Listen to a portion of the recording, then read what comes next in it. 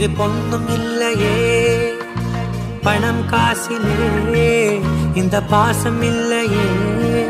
அன்பான மகள் வந்தார் அம்பானி நானாகிறேன் இந்த இன்ப மகாராஜ பெற்ற புது ரோஜ எலிசபெத் ராணியின் பேத்தியே தாயே தாயே மகளன வந்தா